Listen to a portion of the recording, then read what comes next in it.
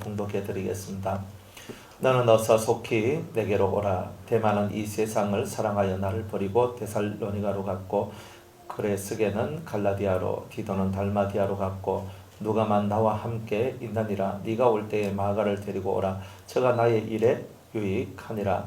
도기고는 에베소에 보내었노라. 네가 올 때에 내가 드로와 가보의 집에 둔 겉옷을 가지고 오고, 또 최근 특별히 가죽 종이에 쓴 것을 가져오라. 구리장색 알렉산더가 내게 해를 많이 보였음에 주께서 그 행한 대로 제게 갚으시리니 너도 저를 주의하라. 저가 우리말을 심히 대적하였느니라. 내가 처음 변명할 때에 나와 함께한 자가 하나도 없고 다 나를 버렸으나 저희에게 허물을 돌리지 않기를 원하노라. 주께서 내 곁에 서서 나를 강건케 하심은 나로 말미암아 전도의 말씀이 온전히 전파되어 이방인으로 듣게 하려 하심이니 내가 사자의 입에서 건지웠느니라. 주께서 나를 모든 악한 일에서 건져내시고 또 그의 천국에 들어가도록 구원하시리니 그에게 영광이 세세무음토록 있을지어다. 아멘. 브리스가와 아굴라와 및 오네시보로의 집에 문안하라. 에라스도는 고린도에 머물렀고 드로비모는 병들므로 밀레도에 두었노니 겨울 전에 너는 어서 오라. 어블로와 부데와 리노와 글라우디아와 모든 형제가 다 네게 문안하느니라. 나는 주께서 내 심령에 함께 계시기를 바라노니 은혜가 너희와 함께 있을지어다. 아멘. 기도하겠습니다. 오늘 수요일 저희들을 불러주심을 감사합니다. 오늘 디모데후서 말씀을 통하여 함께 은혜 받기를 원하옵나니 바울의 심정, 그리스도의 이 마음을 깨달을 수 있는 저희들 되게 하옵소서. 예수님의 이름으로 기도드리옵나이다. 아멘. 이 바울이 살아왔던 그 모든 인생 여정 중에 가장 마지막으로 지어진 책이 바로 이 디모데후서죠. 디모데후서는 아마 로마 감옥, 로마에 가서 아마 그 감옥에 있을 때에 이제 적은 이제 그런 이제 편지라고 볼 수 있어요. 그러니까 자기 가장 인생의 마지막, 자기 죽을 날이 얼마 남지 않는 그때에 이제 이 성경을, 이제 이 편지를 자기의 믿음의 아들 디모데한테 보낸 거죠. 근데 이 마지막에 보면 다른 성경을 보면요, 다른 성경에는 없는 인생의 끝에서, 인생 끝에 자기에게 남은 자에 대한 얘기를 쓰고 있어요. 떠난 자와 남은 자에 대한 얘기를. 그러면서 제가 이 성경을 읽으면서 그리스도의 마음이 뭘까? 그리스도의 마음이 뭘까? 그리스도께서 과연 무엇을 원하실까? 근데 제가 이 말씀을 통해서 그리스도의 마음이 뭔지 이제 이런 것들을 한번 이렇게 묵상하는 기회가 되었었어요. 너는 어서 속히 내게 오라 이렇게 얘기를 하잖아요. 그러면서 그 다음 하는 말이 뭐냐면 대만은 이 세상을 사랑하여 나를 버리고 데살로니가로 갔고 이 세상을 사랑하여서 대만은 떠났다. 내게서 떠났다. 그리고 그레스게는 어디로? 갈라디아로. 그 유명한 디도는 달마디아로. 그러니까 자기 옆에 없어. 그러니까 자기 옆에 충성스럽게 자기 옆에 있었던 사람들이 결국 그 마지막 끝까지 따라온 사람은 누구냐? 누가만 나와 함께 있느니라 이렇게 얘기를 하죠. 그러니까 바울이 그동안 수십 년 동안 전도 여행을 하고 자기가 수없이 그리스도를 위하여 충성된 삶을 살았는데 이 엄청나게 많은 사람이 떠나버렸는 거야. 떠나버렸어요. 그래서 많은 사람이 떠났어. 근데 왜 이 사람들의 이름을 언급하느냐? 근데 언급하는 이유가 있어요. 언급하는 이유가 뭐냐면 이 데마나 그레스게나 디도는요, 이 바울 옆에서 바울의 신앙과 그 사상을 대단히 많이 물려받은 사람들이었거든요. 그러니까 이 물려받은 사람들이었는데 이들이 다 나를 버리고 떠나갔다. 자, 이렇게 얘기를 하고 있는 거예요. 그러면서 이제 누가만 나와 함께하고 있느니라. 그러니까 누가만 있었어요. 누가도 칠칠법 하거든요. 모든 전도 여행에 바울 그대로 바울하고 막 똑같이 붙어서 바울의 주치의가 되어서 바울과 함께 자기의 길을 열심히 걸어갔는데 지칠만한 이 누가는요, 안 지치고 끝까지 이 감옥 로마에서의 그 죽음에 이르기까지 이 누가가 바울과 함께하고 있더라는 거예요. 그러니까 함께하고 있는 이 누가를 한번 보라 이 말입니다. 누가는 예수 그리스도를 이렇게 체험했던 그런 성도거든요. 누가복음을 보면 알듯이 누가복음 속에 나와 있는 그 내용들을 보면 대단히 디테일하게, 아주 세밀하게 나와 있어요. 예수 그리스도의 족보도 그냥 마태복음처럼 왕의 족보 또 총 아브라함으로부터 42족보, 42대에 이르러서 예수님이 나오셨다. 이런 족보가 아니에요. 아니라 하나님으로부터 시작해서 77대째 되는 그분이 바로 예수 그리스도시다. 딱 이렇게 얘기하고 있거든요. 디테일하단 말이에요. 그러니까 그만큼 이분은 의사들이 좀 세밀하잖아요. 세밀한 사람이 의사 되지 덜렁대는 사람은 절대 의사 되면 안 됩니다. 큰일 납니다. 사람 잡잖아요. 그러니까 덜렁대는 사람이 아니라 세밀하다고요. 병을 볼 때도 세밀하게 보고 하는 이런 훈련을 받은 사람이에요. 그러니까 이 누가가 그 예수님 당시뿐만 아니라 정말 많은 세월 동안 이 그리스도의 말씀과 그리스도의 은혜에 들어가 있으면서 예수님도 보고 많은 사도들도 보고 그리고 이 바울도 보고 있더라 이 말이에요. 그러니까 이 바울을 보면서 자기가 정말 많은 감동과 감화를 많이 받았던 거예요. 왜냐하면 바울은 자기의 삶을 두지 않고 결혼도 안 했다 이 말이에요. 다른 사도들은 다 결혼을 해가지고 자기 처자식이 다 있는데도 이 바울은 자기의 모든 일생을 다 그냥 바쳐버렸는 거예요. 내가 결혼하면 내 처자식 먹이 살린다고 내가 주를 위해 나는 일하는 게 이게 좀 부족할 것이다. 그래서 아예 결혼도 안 해요. 대단하잖아요. 그래도 우리는 결혼을 한번 하고 이제 이렇게 가야지 뭐 이렇게 얘기하는데 그 정도로 이 바울은요 자기가 어마어마한 많은 이렇게 날 동안 그리스도인들을 핍박하고 예수님을 핍박한 그 죄값을 갚고 또한 그리스도의 나라를 위해서 충성된 삶을 살기 위해서 자기가 정말 버려야 할 것들을 버리고 살아가고 있었던 거예요.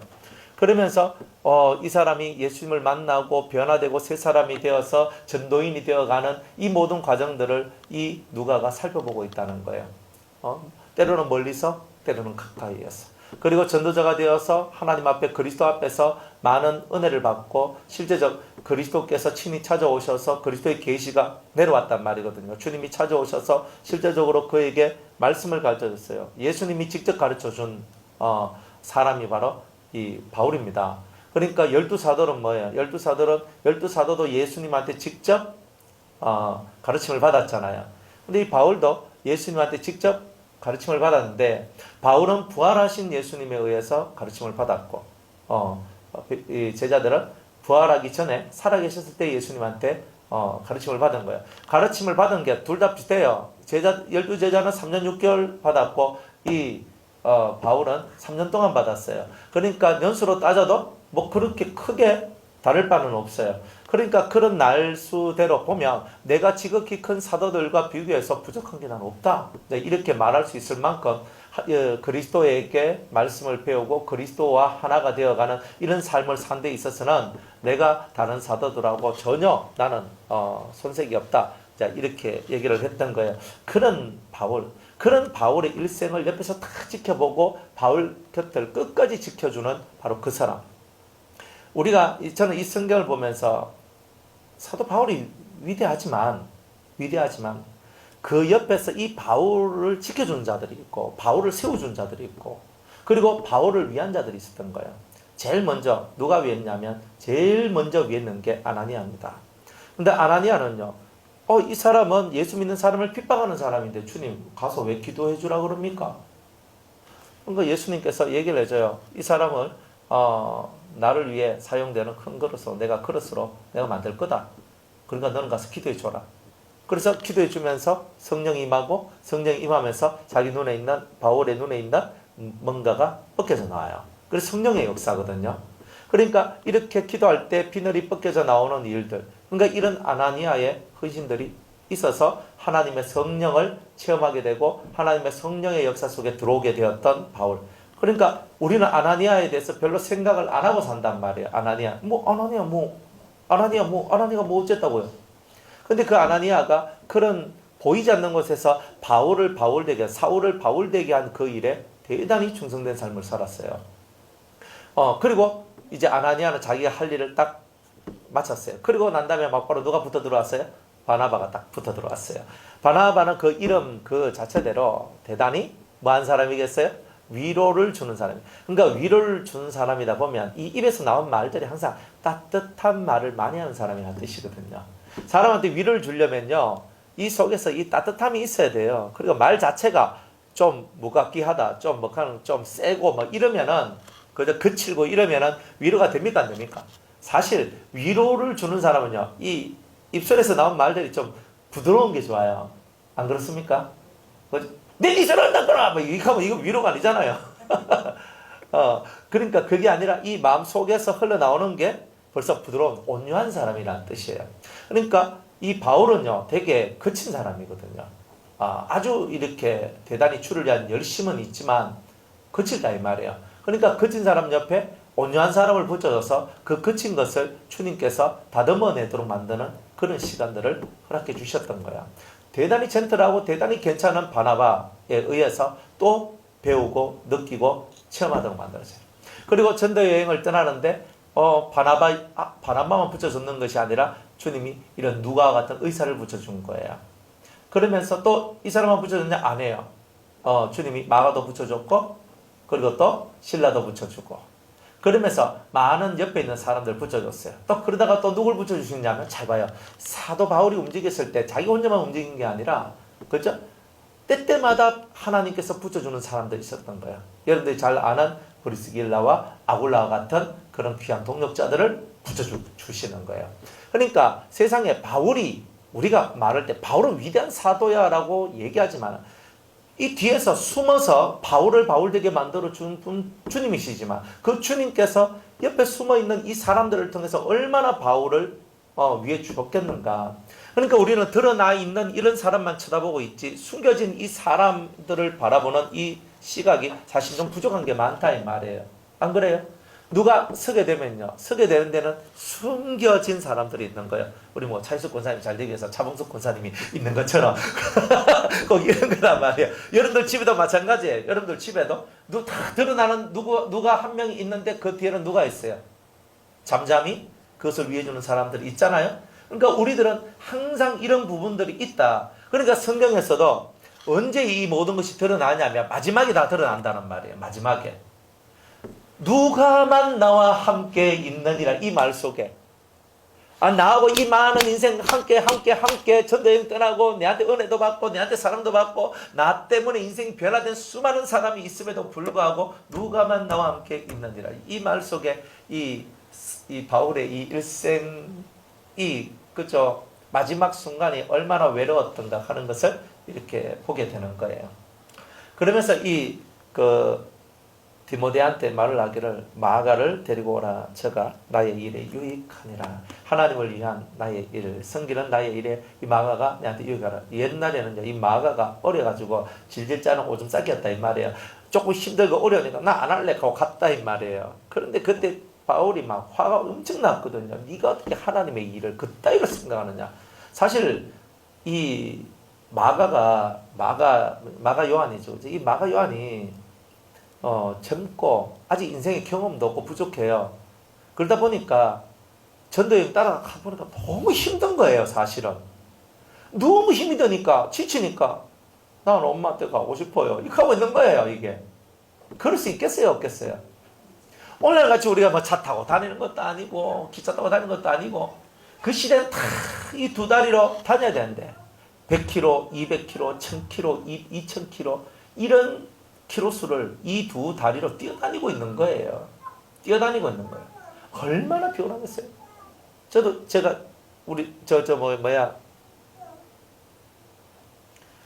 카니발 산지 이제 2년이거든요. 이제 2년 1개월 됐어요. 이제 2년 정도 타니까 10만 킬로를 탔어. 1년에 5만 킬로 탔다는 뜻이거든요. 얼마나 많이 탔겠어요. 그러면 10만 킬로. 그러니까 차 타고 10만 킬로지만 10만 킬로라면 지구를 좀 돌았겠죠. 한 바퀴는 그죠?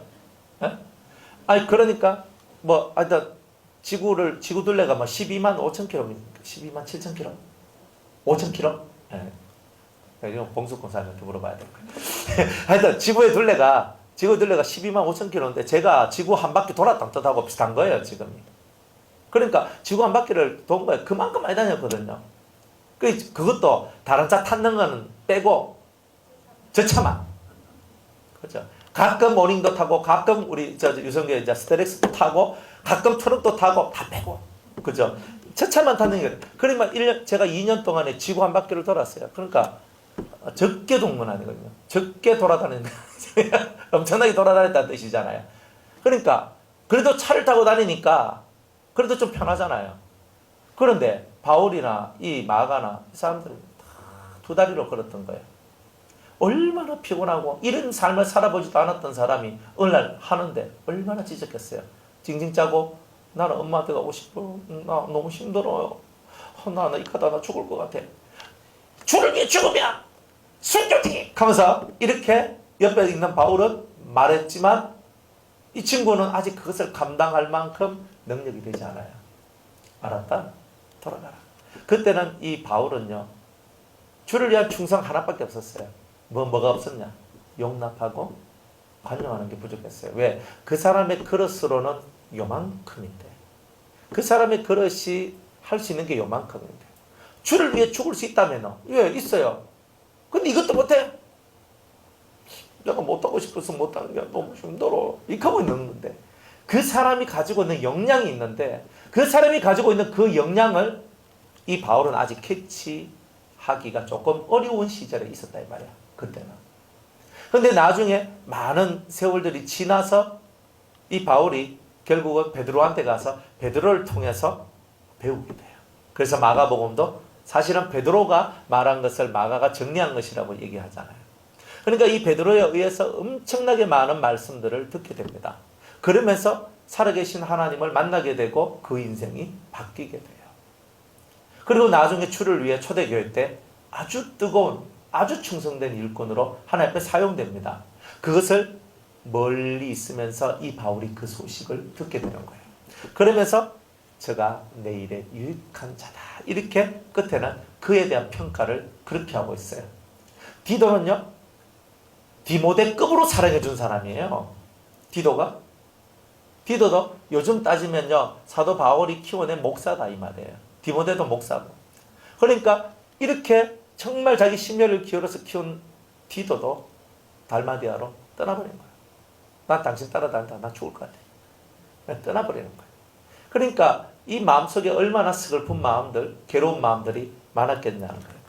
그럼에도 불구하고 바울 마음속에서 누가가 항상 있고 마가가 내게 유익하다라고 말할 만큼 또 자기 삶 속에 자기 삶에 뭔가 모를 희망과 용기를 주는 사람들이 자기 곁에 있음이 이 순간에는 대단한 기쁨으로 다가오고 있단 말이에요.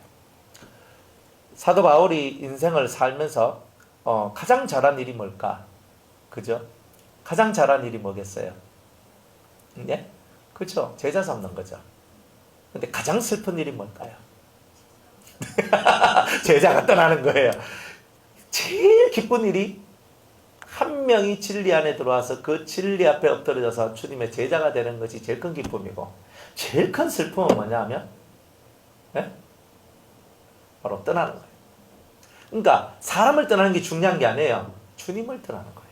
이게 제가 얼마 전에 제가 꿈을 꿨었거든요. 꿈을 꿨었는데 어떤 공간에 있었는데 어떤 사람들이 한 20몇 명 이렇게 있었던 것 같아요. 탁 있는데 하여튼 누가 무슨 말을 한마디를 했어요. 누군가가 탁 한마디를 듣더니 막 거기 있는 사람이 싹 사라지는 거예요. 어머야, 한 명도 없네. 그랬어요. 그래가지고 제가 한 명도 없네 하고 있는데 갑자기 장면이 싹 바뀌더니만 사람들이 여기 타타타타타 앉아있는 거예요. 그리고 그게 변화산이었던 거예요. 그러면서 이 사람들이 그렇구나. 이 말 한마디에 사람들 마음이 다 녹아지는 거구나. 그러면서 이제 주님이 그렇구나. 그래 지금 남아있는 이 사람들은 너하고 끝까지 갈 사람이구나. 하면서 이제 그렇게 얘기해 주시는 거예요. 그 주님이 하시는 이 모든 것들을 이렇게 바라보면서 제일 큰 즐거움은 제자를 키워나가는 것. 제자가 세워지고 제일 슬픈 것은 배웠던 제자가 떠나가는 것. 이런 거예요. 그러니까 주님 앞에서 여러분들이 주님의 가장 큰 기쁨이 뭘까? 여러분이 주님의 제자가 되는 거예요. 그런데 가장 큰 슬픔이 뭘까? 우리가 가론유다가 된다든가 혹은 여기서 마음에 대마나 그레스게나 디도와 같이 된다든가 이런 우리의 류의 사람이 된다면 주님이 대단히 마음이 아프고 실망하고 괴로워하지 않으실까? 그러니까 항상 우리는요 주님을 바라봐야 돼요. 주님을 바라보는 이 모든 모습들이 있어야 됩니다. 성경에 있는 것은 그리스도하고 나하고의 모습이에요. 바울과 지금 디모데의 모습이고 바울의 말을 하는 거지만 실상은 주님의 마음을 우리한테 보여주고 있는 거거든요. 그러니까 주님은 우리에게 정말 너희들이 누가와 같이 그 모든 순간순간 나와 함께하는 자가 되기를 원한다. 이렇게 말씀하고 있는 거예요. 그러니까 이 누가가 바울이 그저 환영받고 사랑받을 때만 있었어요. 돌에 맞을 때도 옆에 있었고 40에 하나 감암에 5번 맞았을 때도 있었고 유라 불로 폭풍 속에서 판때기 의지해가지고 살아날 때도 그때도 그 옆에 있었던 거예요. 그러니까 항상 그 옆에 있는 것이 뭐냐? 그 옆에 있는 바로 그것이 바로 여러분들이 그리스도 앞에서 해야 될 일이다. 여러분들 다 주님 앞에서 다 그렇게 한다라고 생각을 하지만 우리의 마음은 오르락 내리락 하면서 그 오르락 거릴 때와 내리락 할 때에 우리의 이 마음의 심정의 모습들이 대단히 많이 다르더라는 거예요. 오르락 할 때는 좋아서 가지만 내 심령이 다운되고 내리락 할 때는 이 마음 속에서 슬픔들이 올라오고 그리고 뭔가 모를 이 마음의 이 다운들이 자신의 삶을 다 다운시켜요. 그렇잖아요. 그러니까 우리가 이 영적으로 보면 뭐 같으냐면 때로는 우울증 환자와 같고 때로는 조울증 환자와 같아요. 그래서 조울증이 뭐냐? 조증이 올 때는 하하하하 난 모든 것을 알 수 있어. 막 이렇게 가다가 그죠? 그 다음에 우울증이 딱 오거든요. 오면은 팍 가라앉아가 난 아무것도 못하겠어. 이렇게 하고 있는 거예요. 사람이 이 조울증과 우울증, 이 조증과 우울증 사이 속에서 막 팍 올라갔다가 팍 떨어졌다가 이 갭이 크면 클수록 자살률이 많은 거예요. 근데 왜 영적인 이런 조울증이 우리한테 올까? 영적인 조울증이 오는 이유는 뭐냐면요. 두 가지인데 첫 번째는 진리 되신 주님을 아직 못 만나면 그런 일들이 벌어져요. 진리 되신 주님을 만나야 돼요. 성경에도 구약에도 진리의 하나님이란 말이 여러 번 나오는데 진리의 하나님이에요. 진리의 하나님. 그리고 인자와 진리로 우리를 도우신다는 이 메시지가 대단히 많아요. 그렇기 때문에 우리가 만나야 될 진리 하나님을 못 만나면 영적 조울증에 빠지게 된다. 여러분들이 기도 아무리 많이 해도 소용없고요. 성경 아무리 많이 읽어도 이 영적 조울증의 속에서 벗어나기란 대단히 어렵습니다. 목사님 성경만 많이 읽으면 되는 거 아닙니다. 아닙니다. 진리, 참으로 하나님의 원초적인 뜻들 이런 것을 알아갈 때에 여러분들이 이런 엄청난 영적 조울증 속에서 벗어나올 수 있다 이 말이에요. 어떤 사람들은 예수 믿으면서 우울증이 걸려요. 예수 믿는데 우울증이 걸린다. 그건 그 속에 진리가 없는 거예요. 진리가 있는 사람은 절대 우울증이 안 걸려요. 그러니까 이 속에서 성령을 받았고 그게 문제가 아니에요. 이 우울증의 세계는요, 영의 세계에서 일어나는 게 아니라 마음의 세계에서 일어나는 거예요. 성령은 영이기 때문에 내 영에게 영향을 줘요. 내 마음은 성령을 통해서 마음을 갈고 닦지 않으면 마음의 세계가 똑바로 되지 않아요. 그러니까 이게 어려운 거예요. 성령 받았다고 여러분의 인생이 다 평안해지고 좋아지면 다 좋겠지만 성령을 받고 난 다음에는 이 성령이 주신 힘을 통해서 마음을 갈고 닦는 일을 하지 않으면 여러분들은 항상 올라갔다 내려왔다 맨날 파도치기 하는 거예요. 그래 이렇게 하다 보면 어느 순간인가 대마가 돼 있고 그레세게가 돼 있고 그 다음에 디도가 되어 있는 거예요. 이제 이런 일들이 나도 모르는 사이에 그렇게 되어 있는 거예요. 그러면서 신앙이 퍽 퍼들어지면서 퍼져나가는 이런 일들이 벌어지게 된다는 거예요. 그러니 여러분들이 나는 누가처럼 될까? 아니면 나는 디도처럼 될까? 대마처럼 될까? 항상 이것들을 생각하고 가셔야 된다는 거예요. 두기고는 에베소로 보내었노라. 네가 올 때에 내가 들어와 가보의 집에 둔 겉옷 외투를 가지고 오고 또 채로 특별히 가죽 종이 양피지죠. 양피지에 쓴 것을 가져오라. 자 이렇게 부탁을 합니다. 그리고 구리장색 알렉산더가 내게 해를 많이 보였음에 주께서 그 행한 대로 저를 갚으시리니. 자 이렇게 얘기를 합니다. 따라합시다. 주께서 그 행한 대로 갚으시리니. 예, 구리장색 알렉산더라는 사람이 있는데 이 사람이 사도 바울이 하는 이 복음 전파에 대단히 해를 많이 끼쳐요. 여러분들이 예수를 믿는데 혹은 예수를 믿게 하는 전도의 일이나 또한 하나님 말씀을 가르치는 일에 이렇게 대단히 많이 해악을 끼치는 그런 종류의 사람들이 여러분들 주위에 있을 수가 있어요. 이런 사람을 보고 성경에서는 구리장색 알렉산더라고 얘기를 했고 이 구리장색 알렉산더가 바울의 복음 전파하는 일을 대단히 이렇게 많이 방해를 했다. 그러니까 주께서 그 행한 대로 저에게 갚으시리니. 갚아라. 하나님께서 갚아주시기를 원한다.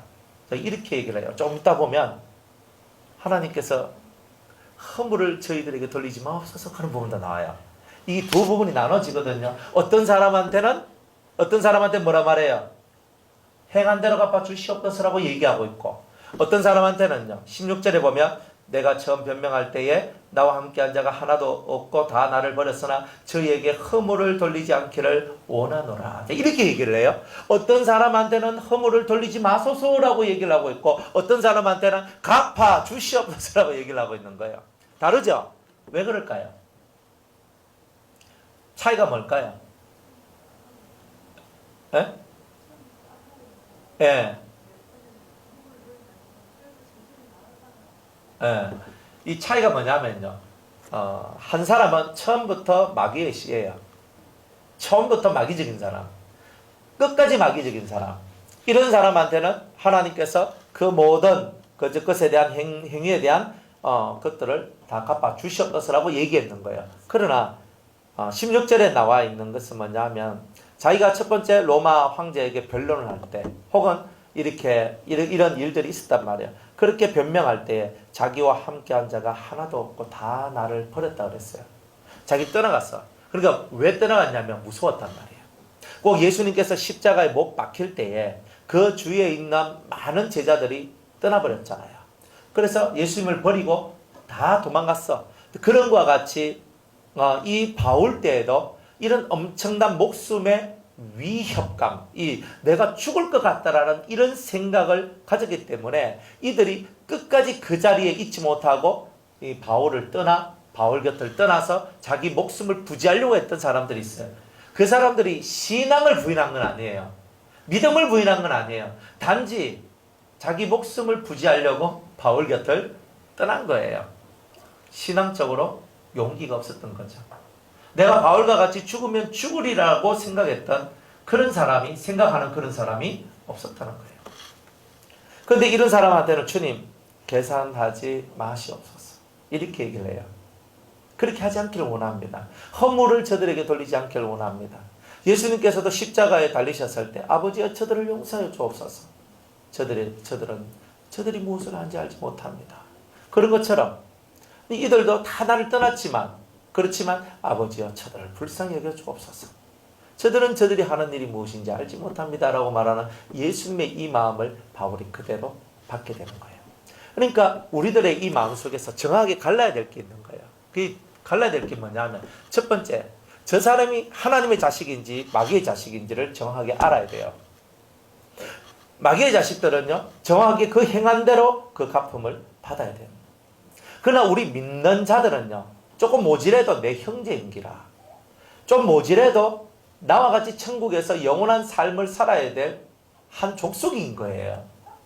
그러니까 하나님 아버지여, 비록 저들이 나를 떠났지만, 비록 저들이 나를 버리고 떠났다 할지라도 아버지를 버린 것은 아니지 않습니까? 예수님을 버린 것은 아니지 않습니까? 주님 저들을 긍휼히 여겨 주시옵소서라고 말을 하는 거예요. 그러니까 이게 바울의 마음인 거예요. 긍휼히 여겨 주옵소서. 긍휼히 여겨 주옵소서. 그러니까 이 긍휼히 여김이 필요한 거예요. 긍휼히 여김이.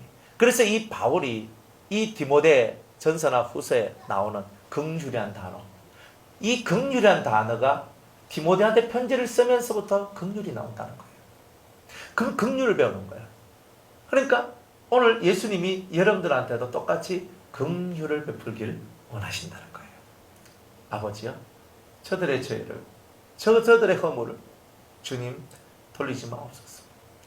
그리고 하나님께서 저들의 죄를 계산하셔서 저들에게 막 이렇게 징계를 주거나 징벌을 주는 이런 일이 없기를 원합니다. 이게 바울의 마음인 거예요. 그러니까 우리가 누가 잘못해가지고 벌을 받아요. 그 벌을 보고 내가 저럴 줄 알았어. 아이고 저 인간 저렇게 말하고 내가 저럴 때는 하나님께서 제가 한 대 내가 칠 줄 내가 알았어. 절대 이런 소리 하면 안 돼요. 그거는 뭐냐 하면은 우리가 진짜 어리석게 살아가는, 어리석음의 결정체예요. 어리석음의 결정체. 십자가를 아는 사람은 절대 그렇게 살면 안 되거든요. 주님을 아는 사람은 절대 그렇게 살면 안 돼요. 그런데 우리들은 다른 사람이 고난당하고 다른 사람이 고통당할 때 그거를 은근히 쾌락으로 느끼는 이런 종류의 사람이 있거든요. 우리는 그렇게 하면 안 된단 말이에요. 그래서 로마서 우리가 12장에 보면 우는 사람들로 더불어 울고 웃는 사람으로 더불어 울어라 하잖아요. 여러분들 옆에 우는 사람이 있으면 같이 울어주고 웃는 사람이 있으면 같이 웃어주는 이런 마음들이 필요한 거야. 저 사람이 고통당하는데 안 그래요? 어떤 사람들은 그래요. 어떤 사람이 막 금식을 하고 있잖아요. 금식을 하고 있으면 금식을 하는데 내 옆에 없어야 되는데 이 사람이 내 옆에 있는 거예요. 그래 밥을 먹으려고 하니까 아니 저분은 금식하는데 저는 밥을 먹고 너무 슬픕니다. 저도 밥을 못 먹겠습니다 하고 함께 따라서 같이 금식하는 이런 분들도 계시더라고요. 그런데 어떤 분들은요, 지 금식하지 내 금식하려고 밥을 막 먹어요. 이렇게. 그래 우리들도 좀 금식하는 사람들이 있을 때는요, 금식하는 분이 밥 먹는 자리에 없는 게 좋아요. 그래야 밥 먹는 사람이 얹히질 않아요. 안 그래요? 아니 금식할 때 옆에 뻐이 앉아 있으면요, 텐션이 목구멍이 내가 재진 것도 아닌데 금식은 자기가 하는데 목구멍이 맥히는 건 내가 자꾸 맥히잖아요. 그러니까 금식하는 사람은요, 먹는 자리에 안 있는 게 좋아. 예. 그런데 만약 금식을 했는데 먹는 자리에 있어야 될 때는요, 조용히 옆에 싹 피해가 있는 게 좋아요. 눈에 알짱알짱거리면요, 얼마나 그래요. 그러니까 금식할 때는요, 우리가 최선의 배려를 해요. 또 우리가 뭔가 먹을 때에 여기 금식하는 사람이 있다 그러면은 우리가 다 모여서 우리 통닭 한 5마리 시켜가 오늘 저녁에 통닭 파티 합시다 할 수 있는데, 금식하는 분이 있기 때문에 우리 저분이 금식이 끝나고 난 다음에 합시다 이렇게 하는 거죠.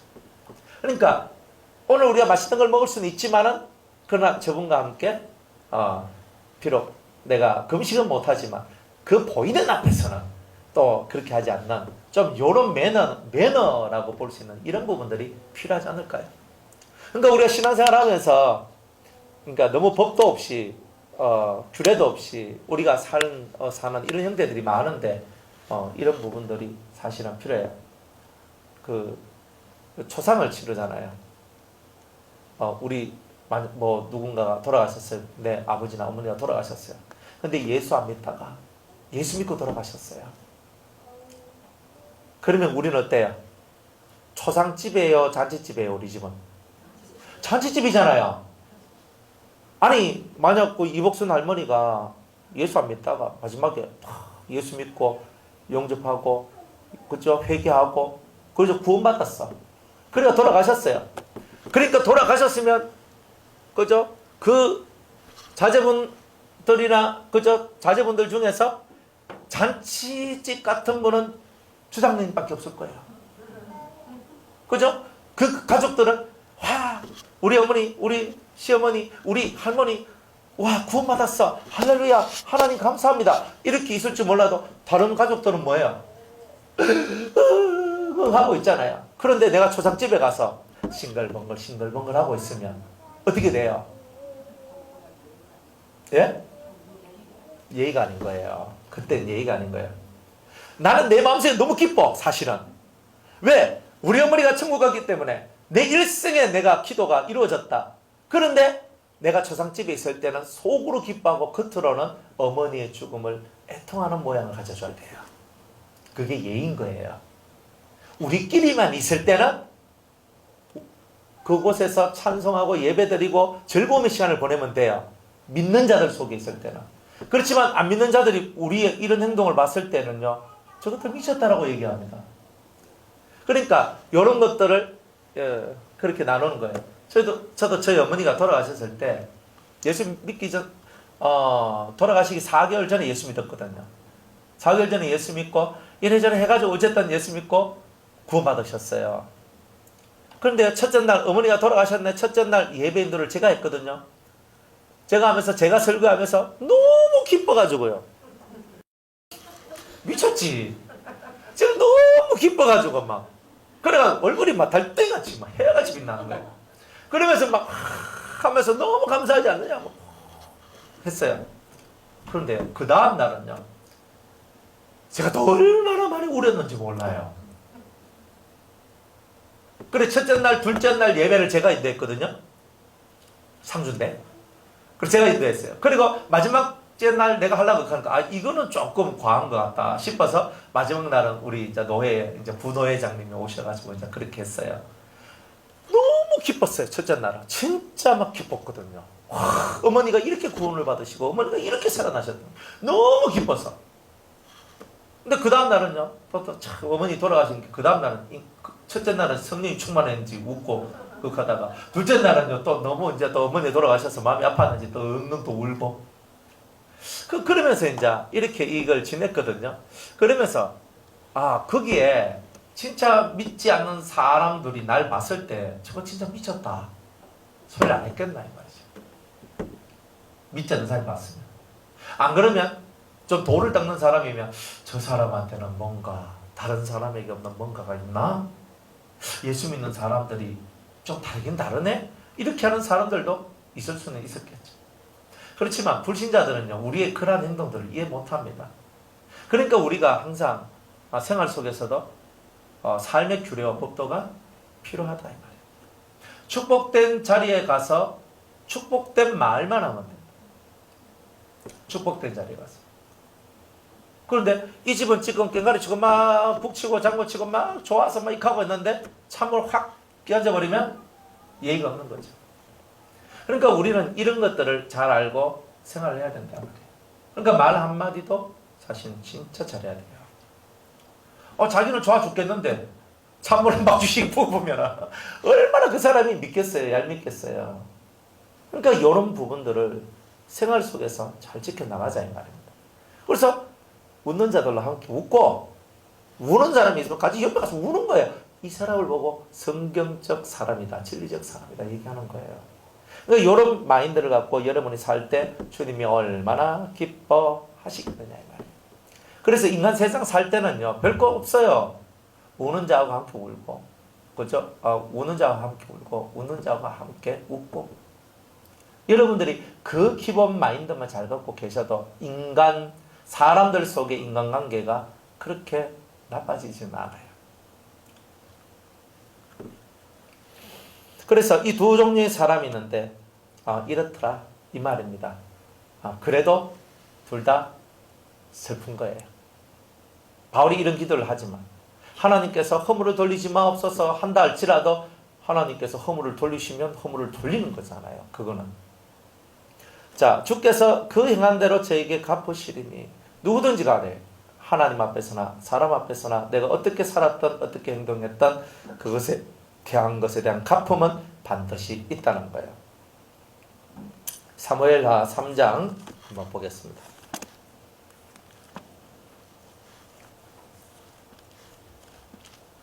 사무엘하 3장 39절.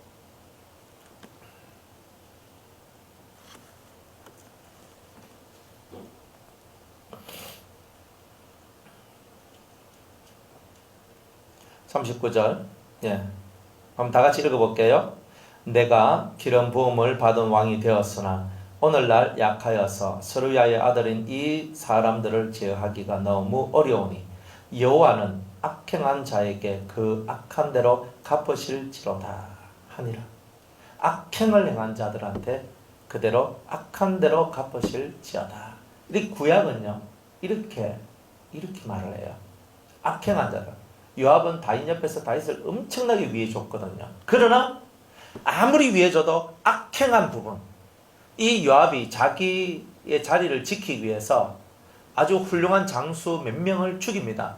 이 아브넬만 죽이는 게 아니에요. 나중에 또 이스라엘의 장군들 죽여요. 그러니까 많은 사람들을 죽인단 말이에요. 아브넬뿐만 아니라 요 뒤에 보면은 또 다른 앞쪽에 보면은 아브넬과 함께 요 뒤로 넘어가면요 또 나중에 또 누굴 죽여요. 그러니까 이 요압은요 자기의 권력을 지키기 위해서 사람들을 막 죽이는 거예요. 그런데 그때는 요압이 대단히 강했거든요. 쉽게 말하면 고구려로 따지면 영계소문 같은 사람인, 실제로 위에 왕은 있지만 그 왕보다 힘이 더 강했다 이 말이에요. 그래가지고 이랬는데 이 다윗은요 요압을 대적을 안 해요. 참 신기한 게 다윗이 왕이니까 요압을 때리 잡아가지고 죽일 수도 있단 말이에요. 그런데 이 다윗은요, 요압을 그렇게 때려잡거나 죽이거나 벌을 내리거나 이렇게 안 해요. 안 하고 때를 기다리고 있는 거예요. 하나님의 때. 지금은 나라를 부강하게 만들고 나라를 굳건히 세워야 될 때니까 일단 내둔다는 말이야. 너도 하나님 앞에서 회개할 기회를 주겠다는 거야. 그러나 그 일정한 때가 올 때까지 요압이 회개를 합니까? 안 합니까? 안 한다는 거예요. 요압이 회개를 안 한다는 거예요. 안 하고 결국은 하나님 앞에 자기의 죄가 그대로 있는 상태가 되어버렸단 말이에요. 그래서 그 아들 솔로몬이 왕이 되었을 때 요압이 죽게 돼요.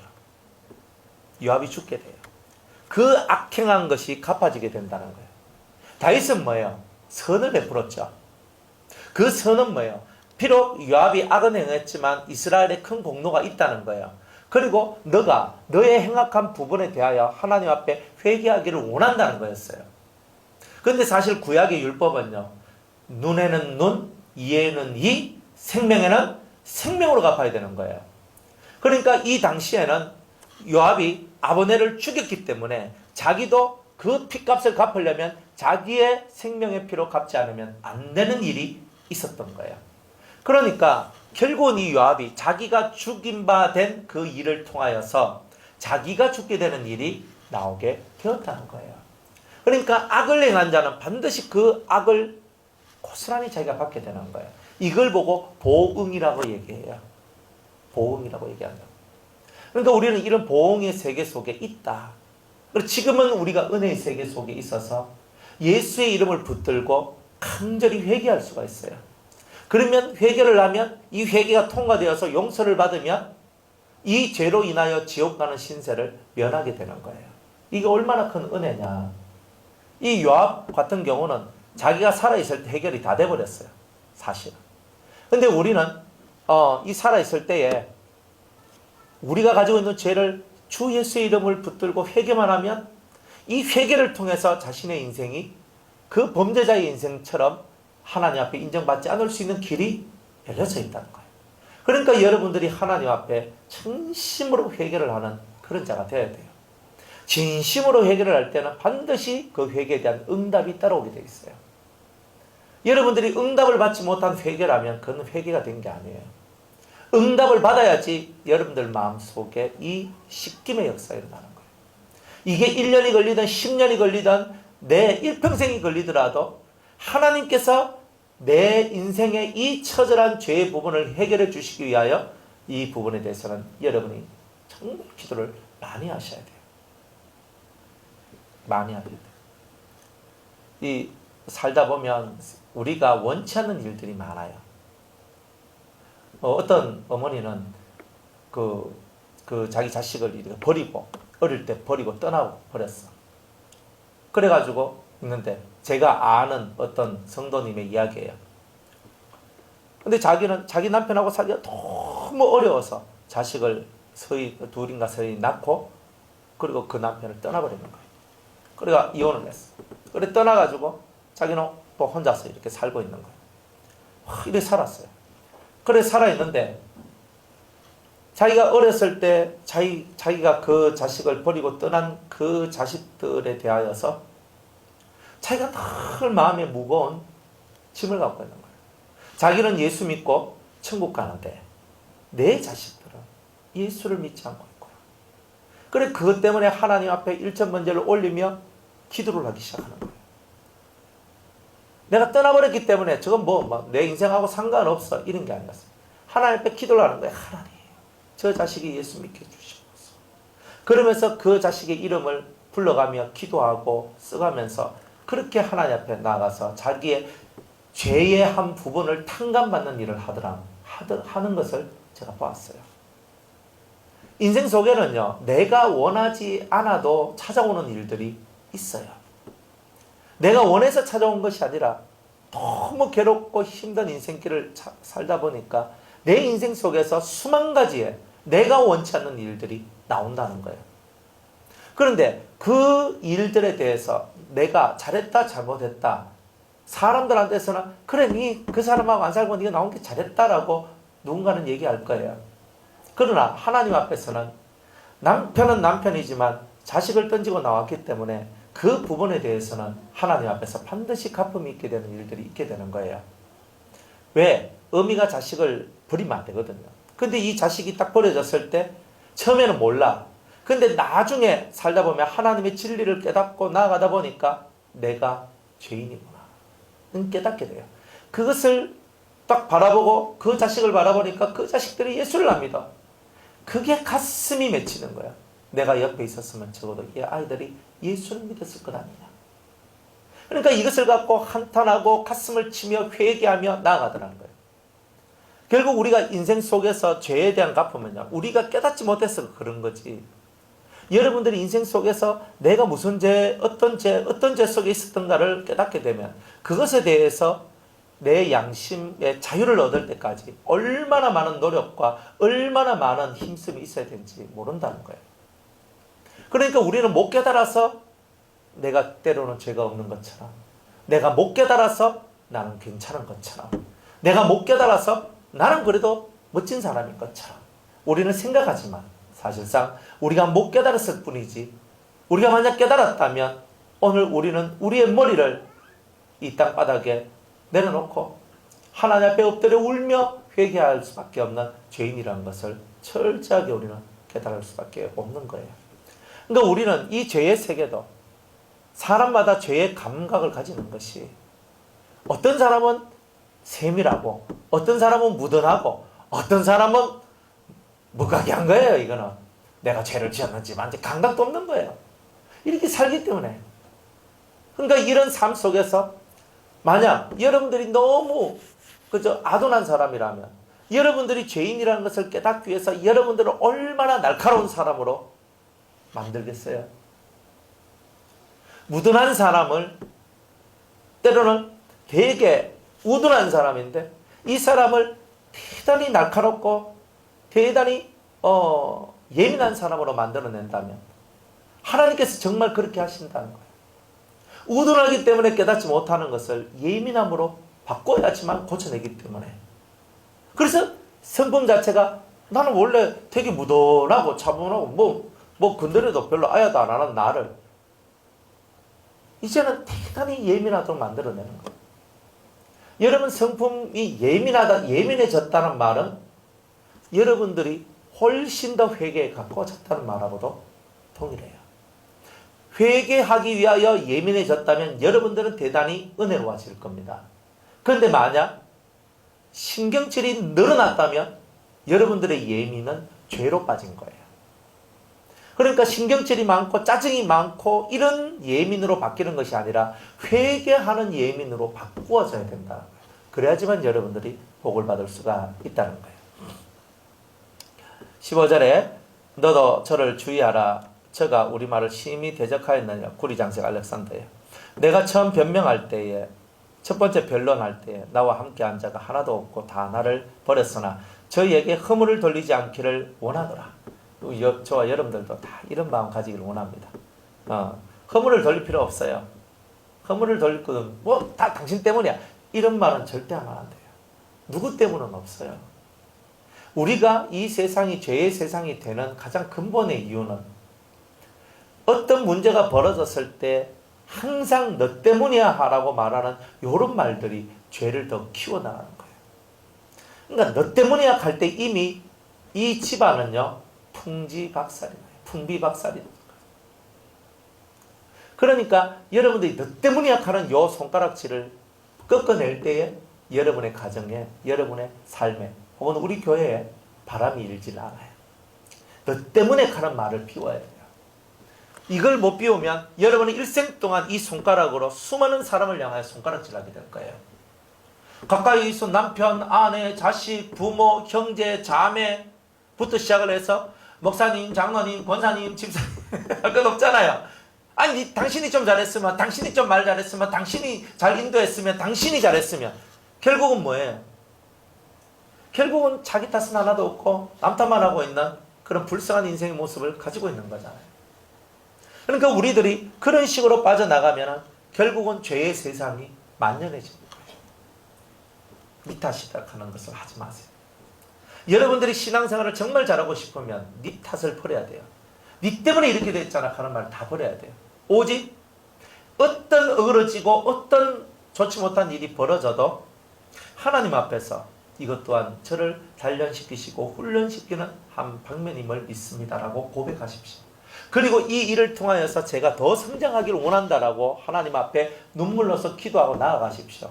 한 사람의 어그러짐이 나왔어요. 두 사람의 어그러짐이 나왔어요. 10사람의 어그러짐이 나왔어요. 죄지음이 나왔어요. 악함이 나왔어요. 하나님, 저의 죄가 곧 저의 죄입니다라고 말할 수 있는, 저 사람의 죄가 곧 저의 죄입니다, 이렇게 말할 수 있는 우리의 이런 심령이 되었을 때 여러분들 마음에 평안이 올 겁니다.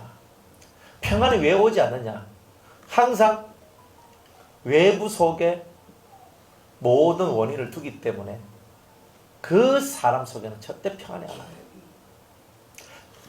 아무리 세상이 무너져도 내 마음이 깨끗하고 내 마음이 하나님과 동행하면 하나님께서 우리에게 평안을 주시거든요. 뭐가 문제냐? 문제라는 건 없어요. 내가 문제를 만들 뿐이지. 안 그렇습니까?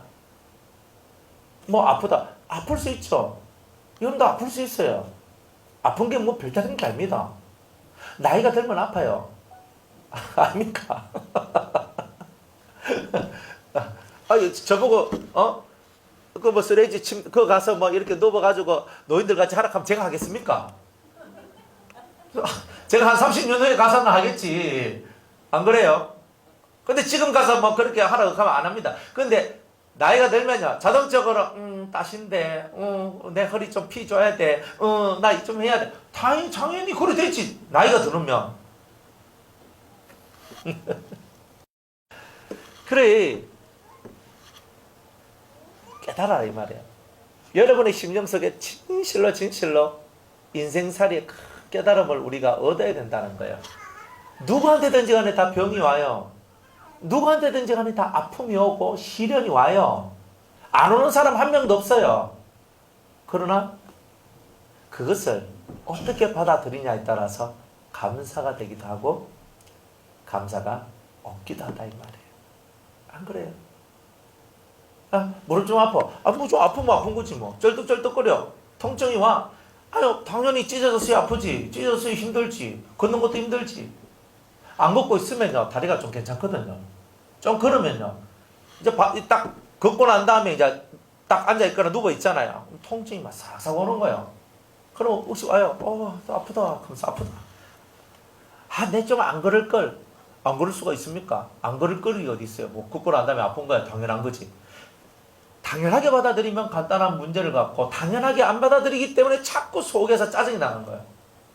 또 왜 딱 비 오는 날에 또 어떻게 하면 이제 한다고 해가지고 정말 또 아니면 이거 한다고 왜 또 오늘 같은 날 또 한다고 자꾸 이런 말들, 이 심령 속에서 이런 것들이 다 없어져야 되는 거예요. 예?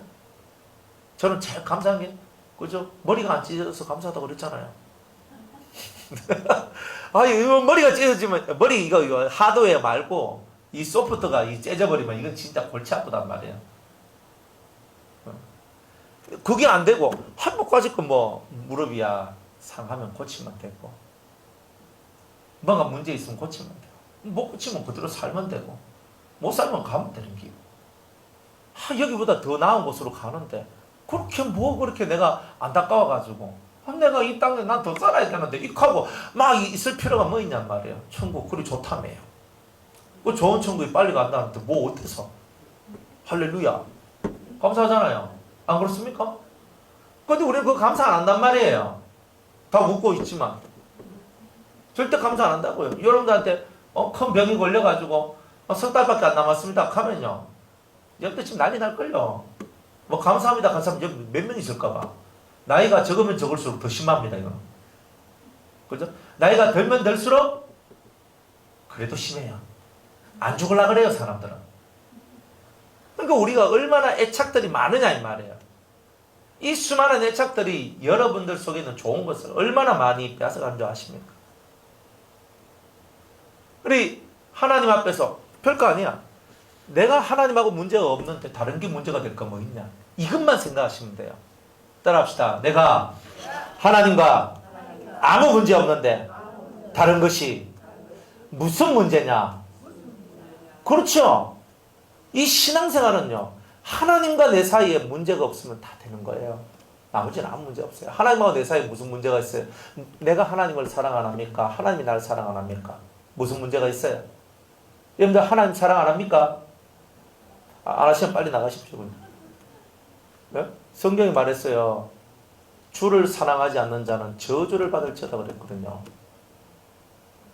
바울은 이만큼 시게 말했어요. 저는 그만큼 말은 안 하는데요. 성경에서 이 바울은요, 주님을 사랑하지 않는 자는 다 저주를 받을지어다 그랬거든요. 근데 여러분들 주님 사랑 안 합니까? 예수님 사랑 안 합니까? 저주받을 짓 하면 안 돼요, 우리는. 주님을 사랑하지 않는, 다 사랑하잖아요. 주님을 사랑하죠. 그러면 주님을 사랑하는 여러분들을 주님이 사랑 안 할까요? 콩 심은 데 콩 나고 팥 심은 데 팥 나요. 다른 건 다 집어치우고 여러분이 주님을 사랑하는지 안 하는지만 찾아보세요. 주님을 사랑하는 마음이 내 속에 있으면, 그리고 그 주님을 위해서 내가 무엇이든지 할 수 있는 그 마음이 있으면, 그 마음이 있으면 여러분들은 안심하셔도 돼요. 근데 주님 없어도 될 것 같다는 생각이 들기 시작하면 여러분들은 망조가 이미 들은 거예요. 항상 하나님 앞에서 여러분들이 하나님 앞에 여러분이 나아가는 이 모든 모양들을 쳐다보면서 여러분들 스스로 마음을 다잡고 살아가셔야 되는 거예요.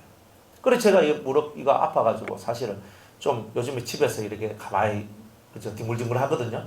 얼마나 좋은지. 자고 싶을 때 자고. 그래도 어제 하루밖에 안 했어요. 예? 하여튼 막 그래 뒹굴뒹굴 거리는데 좋더라고요. 내가 얼마나 감사한지. 다리 아파도 예전에는 안 아플 때는요 뒹굴뒹굴 하면요 누가 좋아합니까? 안 좋아합니다. 절대 안 좋아해요. 그런데 그냥 다리 아프니까 있잖아요. 무거운 것도 들지 말라 같이. 우리 사모님이 고생이 많아요. 뭐 무거운 것도 들지 말라 그러지, 뭐 힘든 것도 하지 말라 그러지, 뭐 어디 많이 가지도 말라 그러지, 뭐 얼마나 편을 하십니까? 그러니까 가만 생각해보니까 야 내가 아프고 난 다음에 사랑을 참 많이 받는 거구나. 안 아플 때는요 뭐 사랑이 오는지 안 오는지 잘 몰라. 그러니까 조금 뭐 아프고 하니까요 저를 걱정하는 목사님 빨리 나오세요.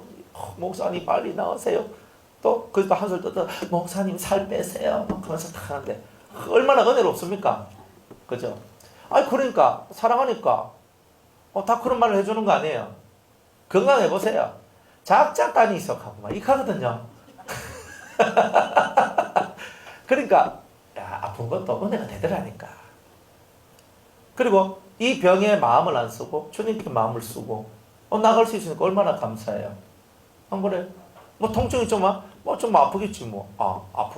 아프니까 내가 살아있다는 것을 제가 느끼더라고요. 그러니까 통증을 느끼니까 처음에는 제가 그 생각을 못 했거든요. 통증이 자꾸 진해지고 조금 더 막 자꾸 찾아오니까 야 내가 살아있네. 이 마음이 딱 드는 거예요. 감사합니다. 여기 통증이 드니까 감사가 나와요. 그래서 그러니까 우려야 될 일도 없고 슬퍼야 될 일도 없고 그냥 감사하고 좋은 거예요. 행복하잖아요. 목사님 수술만 내가 까짓 거 하드로 해결하면 된다니까요. 그러니까 문제가 아무것도 없는 거야. 주님 참 은혜 감사합니다. 이것 때문에 막 가슴 말이야. 이런 수술 잘못된 뭐야. 영혼이 절도발이 뭐야. 이카오 그죠? 내가 걱정 안 해도 될 것까지 다 걱정하면서 막 내가 오야노 가면서 막 딩딩딩거리면서 전화하고 저 전화하고 무릎 수술 잘하는 병원 혹시 아는 데 있습니까? 부터 시작을 막 전화를 해가지고 막 그죠? 여보다 그거 나십니다. 그만 막 얼른 병원 막 그거 하고 있잖아요. 그거보다 왜 여사 합니까? 서울과 세브란스 같이 이카면 또 세브란스 가야 됩니까? 가보면 이카고 있어야 되잖아요. 그래 우리가 얼마나 약하냐 하는 거예요. 얼마나 우리가 약하냐. 작은 거 하나에도 감사하지 못하고 작은 거 하나에도 정말 하나님 앞에 나가지 못하는 거. 그러니까 이런 마음 속에서 우리가 어떻게 하나님 앞에 제대로 나아갈 수 있냐 말이에요. 하나님을 믿는다라고 말할 수 있겠느냐. 제가 요즘에 어떤 친구한테 맨날 10가지 10가지 매일매일 10가지 감사 올리라고 그랬거든요. 저하고 이제 카톡 하면서 올려 그랬어요. 그래가지고 이제 그저 어제 올렸어요. 제가 한번 읽어드릴게요. 설교 여러 개 듣게 하심에 감사. 잠언 20장까지 읽게 하심에 감사. 운동하게 하심에 감사. 일부러라도 웃게 하심에 감사. 밥 챙겨 먹게 하심에 감사. 얘기할 수 있는 친구가 있음에 감사. 따뜻한 물로 씻게 하심에 감사. 기도하게 하심에 감사. 살아있음에 감사. 사도신경 많이 외웠음에 감사. 하루 버티게 하심에 감사. 10개 하라까 11개를 냈네. 그러니까 하는 거예요. 사도신경을 제가 왜 외우라고 했냐면 걔는 무조건 생각이 부정적이에요. 어떤 것을 남이 웃으면 나는 웃을 게 없는데 저 인간은 왜 웃어? 탁 하고 있는 거예요. 이제 이 생각이 언제 그쪽으로 빠져나오는 거예요. 그러니까 사람들이 웃는 것도 자기는 힘들어. 우리 교회 와가지고 3층에 그러니까 밤에 청년들 뭐 어른들 올라서 막 기도하거든요. 방언 하면서 막 방언을 막 해요. 극하는 거 치는 방언을 못 하거든. 그러니까 괴롭습니다. 이렇게 하는 거예요. 다른 사람한테 내가 못하니까 괴롭고 다른 사람 웃는데 웃는 것만 봐도 니는 뭐 그리 좋아서 웃노? 하면서 괴롭고. 그러니까 모든 것이 다 괴로운 거예요. 그 친구한테 제가 이렇게 그 친구의 영혼을 고쳐 나가는데 근데 이거 주문을 했단 말이에요. 10가지. 하라. 감사하라. 여러분들도 마찬가지입니다. 마음이 삐딱하게 나가고 마음이 삐뚤어졌을 때는 하루에 10개씩 여러분들이 감사하십시오. 그죠? 제 카톡에다가 올려주십시오. 10가지 감사. 입이 삐뚤삐뚤해지고 생각이 삐뚤삐뚤해지면 감사를 올리세요. 정말 이렇게 해야 돼요. 사도신경 왜 그러냐면 왜 외우냐면 자꾸 회색 쪽으로 돌아갈 때마다 그쪽으로 마음이 뻗어가지 않도록 사도신경을 외워. 믿음으로 하나님께 나아가라. 자꾸 생각이 이쪽으로 빠져나가면 전능하사 하라고 했거든요. 이쪽으로 빠져나가면 전능하사 하라고 했거든요. 왜 너 안 해? 하라고 그렇게 했거든요. 안 하고 난 다음에 나한테 뭐 안 되는데 하면 안 돼. 시키는 대로 하라고. 그래가지고 하소리 했거든요. 안 하고 맨날 뭐 안 되니 괜히 기석고 이래가지고 하라. 하고 난 다음에 말해라. 그래가지고 생각이 삐뚤어지면 사도신경. 생각이 삐뚤어지면 자꾸 감사할 거 생각하고. 이렇게 해서 생활의 이 마음의 습관들을 바꿔내는 거예요. 여러분들이 정말 마음 속에서 삐뚤한 것이 올라오면요. 전능하사 천지를 만드신 하나님 아버지를 내가 믿사. 다 마귀가 주는 거거든. 여러분들 마음속에서 자꾸 불평불만이 올라오고 안 좋은 게 올라올 때 감사합니다. 뭐 감사하노? 감사를 적어서 저한테 탁 던져주세요. 다른 사람한테 보내면 이상하지만 저한테 보내면 아 이분이 스스로 훈련하고 있구나. 저 이렇게 볼 거 아니에요. 제가 설교한 것도 있겠다. 신앙생활이 뭐냐? 자기를 스스로 컨트롤하고 자기를 만들어가는 게 신앙생활이다 이 말이에요. 자기를 컨트롤하지 못하고 자기를 만들어가지 못한 것은 신앙생활이 아닌 거예요. 그럼 나를 어떻게 만들어가느냐? 전능하사를 하고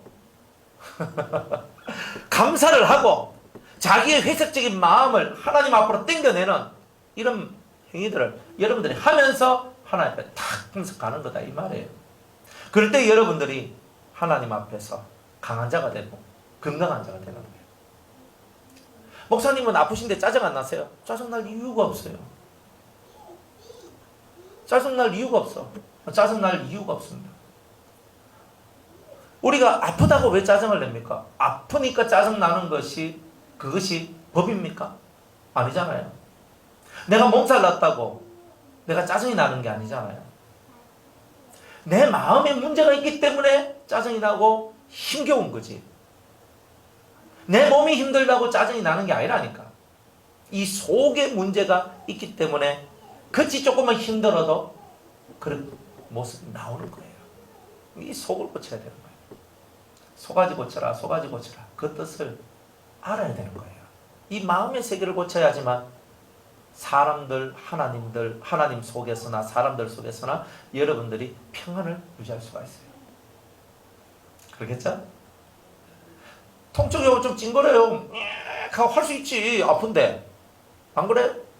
뭐 아픈 걸 뭐 웃으라고 하는 건 아니잖아요. 통증이 오면 할 수도 있죠. 하지만 또 끝나면 감사합니다. 주님 더 안 아프게 해주셔서 감사합니다. 하면 되잖아요. 안 그래요? 다 날 버렸어? 근데요, 다 날 버렸다고 처음 변명할 때 나와 함께 한 자가 하나도 없어? 그렇지만 이 바울은 그대로 원망하지 않는다는 거예요. 주께서 내 곁에 서서 나를 강건케 하시면 항상 주님이 자기 곁에 섰기 때문에 불평할 것도 없고 불만할 것도 없고 원망할 것도 없더라 이 말이에요. 주님이 내 곁에 서 계시니까 나는 항상 강건합니다. 강한 자입니다. 나로 말미암아 전도의 말씀이 온전히 전파되어 이방인으로 듣게 하려 하심이니 내가 사자의 입에서 건지었느니라. 자기는 사자 입에서 건졌대. 사자가 누구예요? 마귀잖아. 마귀란 말이야. 내가 마귀 입까지 들어갔는데 하나님이 나를 마귀 입에서 끄집어내어서 나를 살려주셨다는 거예요. 그래서 나는 복음을 전파하는 거다. 이렇게 얘기하고 있는 거예요. 주께서 나를 모든 악한 일에서 건져내시고 또 그의 천국에 들어가도록 구원하시리니 여러분을 모든 악한 일들, 모든 악한 것 속에서 건져내실 겁니다. 그리고 하나님의 나라에 들어가도록 여러분들을 구원하실 겁니다. 이걸 믿으시기 바랍니다. 그에게 영광이 세세무궁토록 있을지어다. 아멘. 이렇게 하면서 이제 모든 말을 끝내요. 마지막으로 인사하고 끝마칩니다. 브리스가와 아굴라와 및 오네시보로의 집에 문안하라. 그리고 에라스도는 고린도에 머물렀고 드로비모는 병들므로 밀레도에 두었노니 겨울 전에 너는 어서 오라. 어블로와 부데와 리노와 글라우디아와 모든 형제가 다 네게 문안하느니라. 자, 이렇게 말씀합니다. 아까 전에 나를 뜨는 사람에 대한 얘기를 했거든요. 여기는 문안하라 그러는데 21절에 보면 어블로와 부데와 리노와 글라우디아와 그 모든 형제가 다 네게 문안하느니라. 여기 붙어있는 사람이 있잖아요.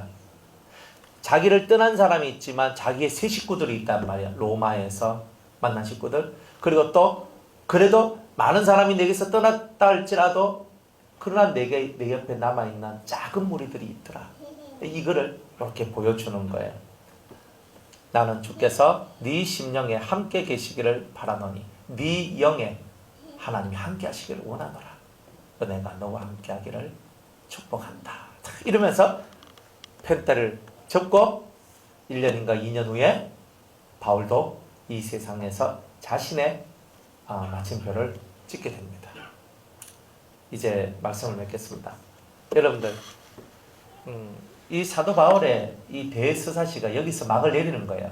사도 바울의 인생이 여기서 끝이 나고 그리고 모든 것을 종결했는 거예요. 사도 바울의 인생은 하나님께 바쳐진 인생이죠. 그런데 많은 것들을 깨달았어요. 귀한 주과 같은 진리를 주셨죠. 인생의 풍파가 없이 깨달을 수 있는 진리도 없습니다.